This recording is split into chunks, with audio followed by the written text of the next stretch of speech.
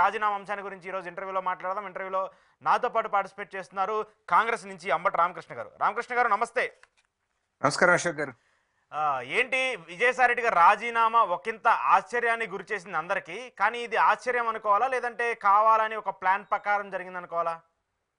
అంటే ఆశ్చర్యం అంటే డెఫినెట్ గా వైఎస్ఆర్ సిపి క్యాడర్ కి ఇది ఆశ్చర్యంతో కూడుకున్న విషయమే. ఎందుకంటే మేజర్ గా పార్లమెంటరీ పార్టీ లీడర్ ఢిల్లీలో, అట్లాగే రాజ్యసభకు సంబంధించి ఫ్లోర్ లీడరు, గత 10 సంవత్సరాలుగా జగన్మోహన్ రెడ్డి గారిది ఎంత కీలక పాత్ర, అంతే కీలకమైన తనదైన రోల్ ని ప్లే చేస్తా వచ్చారు విజయసాయి రెడ్డి గారు. సో అటువంటి విజయసాయి రెడ్డి గారు ఇవాళ ఆల్ ఆఫ్ ఏ సడన్ రాజీనామా చేయటం అనేది, అంటే గతంలో ఉన్న చర్చని ఇగ్నోర్ చేస్తా వచ్చాం, కానీ గతంలోనే బీజేపీలోకి వెళ్తారనో లేకపోతే కేంద్రంలో మంత్రిగా అవుతారనో రకరకాల చర్చలు వచ్చిన తరుణంలో దాన్ని పెద్దగా పట్టించుకోవాలి. జగన్ ని కాదని నేను ఎక్కడికి వెళ్ళను అని ఆయనే సమాధానం, బతికున్నంత కాలం జగన్ తోనే ఉంటాను అనే ఒక ఇది కూడా ఆయన చెప్పడం జరిగింది. సో అటువంటి అంటే నమ్మించిన తర్వాత ఇవాళ ఆల్ ఆఫ్ ఏ సడన్ తను రాజీనామా చేసి ఇవాళ వైట్ కాలర్ ప్రొఫెషనల్ అయిన విజయసాయి రెడ్డి గారు రేపటి నుంచి నేను వ్యవసాయం చేస్తాను, అరక దున్నుతాను అని అంటే అది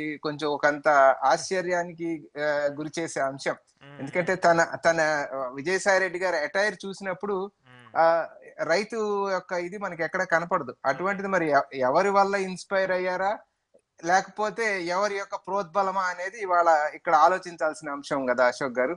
ఒకటి ఇన్స్పైర్ అయ్యారా లేకపోతే తను ఎవరి ప్రోద్బలం అనేది మనం ఇక్కడ ఆలోచించాల్సిన అంశం డెఫినెట్ గా. సరే, మీరు అన్నట్టుగా ఇప్పుడు ఇవాళ విజయసాయి రెడ్డి గారు లాంటి లీడర్ వెళ్ళిపోవడం అనేది ఆ క్యాడర్ ని ఎంతో నిరుత్సాహపరిచినప్పటికీ, ఇవాళ వైఎస్ఆర్ సిపి కనుక ఈ రకంగా బలహీన పడతా ఉంటే డెఫినెట్ గా అది కాంగ్రెస్ కి అడ్వాంటేజ్ అయ్యే అవకాశం ఉంది. ఇందాక మీరు చెప్పినట్టు, ఎందుకంటే అక్కడ ఉన్న ఓటు బ్యాంక్ అంతా కూడా కాంగ్రెస్ ఓటు బ్యాంకు. అంటే విజయసాయి రెడ్డి గారు లాంటి వాళ్ళ వల్ల ఓటు అంత తొందరగా షిఫ్ట్ అవుతుందని నేను అనుకోను. కానీ బట్ గతంలో ఒక 3 రాజ్యసభ సభ్యులు, ఇప్పుడు ఒక రాజ్యసభ సభ్యుడు, ఇదే గనక కంటిన్యూ అయ్యి పార్టీ గనక అల్లకల్లోలం అయితే నిజమైన కాంగ్రెస్ లీడర్స్ జీవితాంతం చిన్నప్పటి నుంచి ఎన్ఎస్యూ నుంచి యూత్ కాంగ్రెస్ నుంచి పనిచేసిన చాలా మంది కాంగ్రెస్ లీడర్లు అక్కడ బలంగా ఉన్నారు, జిల్లా నాయకులు స్థాయిలో. అటువంటి వాళ్ళు అంటే టీడీపీలోకి వెళ్ళలేని పరిస్థితి, భారతీయ జనతా పార్టీలోకి వెళ్ళలేని పరిస్థితి, అంటే జీవితాంతం పోరాటం అంతా అక్కడ చేసినప్పుడు అటువంటి నాయకుల యొక్క అడుగులు ఇప్పుడు ఎటు పడతాయి? అటువంటి నాయకులు మళ్ళీ మన నేషనల్ పార్టీ వైపు వెళ్దాం, కాంగ్రెస్ పార్టీని బలోపేతం చేసుకుందాం అని గనక ఆ నాయకుల్లో కదలిక వస్తే డెఫినెట్ గా ఆ రోజు కాంగ్రెస్ పార్టీ బలోపేతం అయ్యే అవకాశం అయితే క్లియర్ గా కనపడతా ఉంది అశోక్ గారు. ఇకపోతే భారతీయ జనతా పార్టీ వర్షన్కి వచ్చినప్పుడు కూడా మీరు చెప్పినట్టుగా నేను గతంలో కూడా చెప్పున్నా, ఇవాళ ఈ స్టెప్ ఏదైతే ఉందో ఇది కీలకమైన విషయం అశోక్ గారు. విజయసాయి రెడ్డి గారు రాజీనామా చేయటం, వైసీపీ బలహీన పట్టం అనే స్టెప్ వైసీపీ క్యాడర్ కి ఎంత కల్లోలాన్ని క్రియేట్ చేస్తోందో అంతర్గతంగా టీడీపీ కూడా అంతే కల్లోలానికి లోనవుతా ఉంది.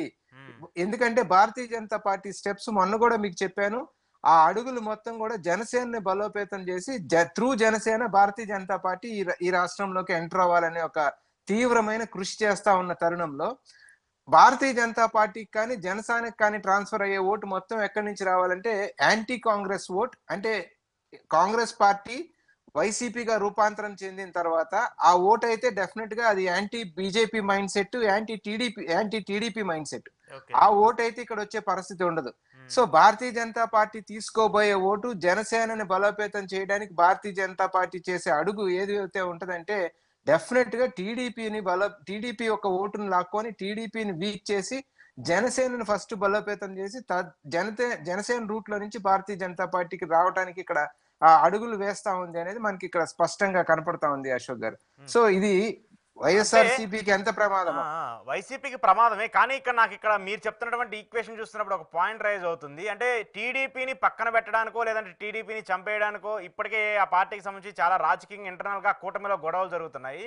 సో అలాంటి వాటిని పక్కన పెట్టేసి ఇటీవల చిరంజీవి గారికి సంబంధించి కావచ్చు, పవన్ కళ్యాణ్ గారి అంశానికి సంబంధించి కావచ్చు, బీజేపీ హైలైట్ చేస్తూ వాళ్ళని తీసేయాలనుకుంటుందా? అది డెఫినెట్ గా భారతీయ జనతా పార్టీ చేస్తా ఉందని మనం స్పష్టంగా అర్థం చేసుకోవాలి. ఎందుకంటే ఇప్పుడు గవర్నమెంట్ లోనే ఉంటానే మనం గతంలో కూడా చర్చించాం, పవన్ కళ్యాణ్ గారి అడుగులు గవర్నమెంట్ ని విమర్శిస్తున్న అడుగులు. అదే విధంగా జనసేనని కేంద్రంలో ఉన్న పార్టీ బలోపేతం చేసే ఉద్దేశం. Strategy of Bharatiya Janata party మిగతా రాష్ట్రాల్లో చూసినప్పుడు కూడా ఏ ఏ కమ్యూనిటీస్ అయితే రూలింగ్ లో ఉంటాయో ఆ కమ్యూనిటీస్ ని పక్కకు తప్పించి, ఉదాహరణకు మీరు హర్యానానే తీసుకోండి. హర్యానాలో చాలా బలమైన కమ్యూనిటీ జాట్. జాటేతర ముఖ్యమంత్రిని తీసుకొస్తాం. ఈ ఆంధ్రప్రదేశ్ రాష్ట్రం పొలిటికల్ హిస్టరీ తీసుకున్నా కూడా టూ కమ్యూనిటీస్, ఓ కాంగ్రెస్ ఆర్ వైసీపీ నుంచి ఒక కమ్యూనిటీ ముఖ్యమంత్రిగా రిప్రజెంట్ చేస్తే, అవును. తెలుగుదేశం నుంచి ఇంకొక కమ్యూనిటీ రిప్రజెంట్ చేసేది. ఈ రెండు కమ్యూనిటీస్ హెడ్స్ ఫ్రంట్ లైన్ లో ముఖ్యమంత్రి స్థానంలో ఉంటే మిగతా గవర్నమెంట్ అంతా రన్ అయ్యేది. మిగతా సెక్షన్స్ వాళ్ళ వెనకమాల ఉన్నాయి.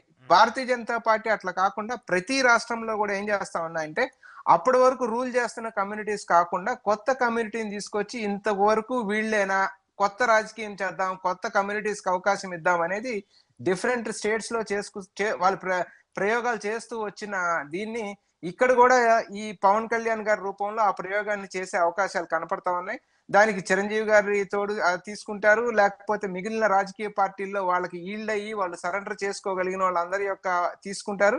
ఇవాళ ప్యారలల్ గా వైసీపీని ఎంత దెబ్బ కొడుతుందో టీడీపీని కూడా అంతే దెబ్బ కొట్టే ఆలోచన మనకి భారతీయ జనతా పార్టీలో స్పష్టంగా కనపడతా ఉంది. కాకపోతే ఇక్కడ ఒకే ఒకటి అర్థం చేసుకోవాల్సింది ఏమంటే, యాజ్ ఆఫ్ నో మనకు వైసీపీని తీసుకుంటున్నట్టు కనపడుతుంది. కానీ అంటే భారతీయ జనతా పార్టీ యొక్క నైజం చూసుకున్నప్పుడు కాంగ్రెస్ అంత బలపడిస్తుందా భారతీయ జనతా పార్టీ అనే దానికి వచ్చినప్పుడు, మళ్ళీ కాంగ్రెస్ బలపడటం మళ్ళీ భారతీయ జనతా పార్టీకి ఇష్టం ఉండదు. సో అది ఎంత గేమ్ ప్లే చేసినా కూడా కాంగ్రెస్ బలపడకూడదు, భారతీయ జనతా పార్టీ బలపడాలి. కాబట్టి దాని అనుగుణంగా అడుగులేయాలన్నప్పుడు వైసీపీని కూడా పూర్తిగా కిల్ చేసే ప్రమాదం లేదండి. పూర్తిగా కిల్ చేయదు, వైసీపీని లైవ్ లో ఉంచుద్ది.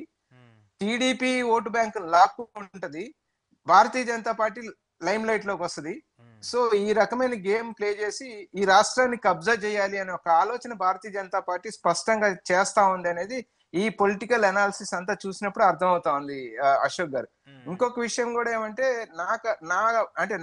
నా ఊహకి అందినంత వరకు నాకు అర్థమైంది, నేను ఇంక నుంచి రాజకీయాలకి దూరంగా ఉంటాను, ఏ పదవులు తీసుకోని అది ఇది అని చెప్తా ఉన్నారు. కానీ ఆర్ కృష్ణయ్య గారు కూడా ఇట్లాంటి మాటలే మాట్లాడారు. నేను ఇంక వదిలేస్తున్నాను, అక్కడేం చేయను, ఏ పొలిటికల్ అనే పదం, రాజకీయాలకు దూరంగా అనే పదం మాట్లాడారు ఎవరు, విజయసాయి రెడ్డి గారు.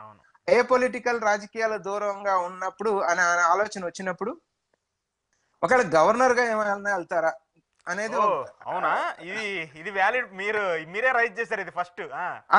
అంటే ఏ పొలిటికల్ అన్నప్పుడు మనం ఇక్కడ అర్థం చేసుకోవాలండి.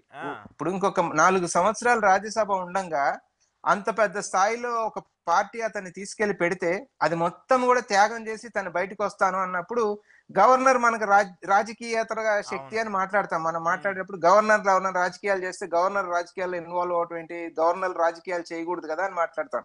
సో ఏ పొలిటికల్ అన్నప్పుడు ఈ రాజ్యసభ సీటుని త్యాగం చేసి ఏమన్నా గవర్నర్ గిరి కోసం ఏమన్నా ప్రయత్నిస్తున్నారా, గవర్నర్ గిరి తెచ్చుకుంటారా అనేది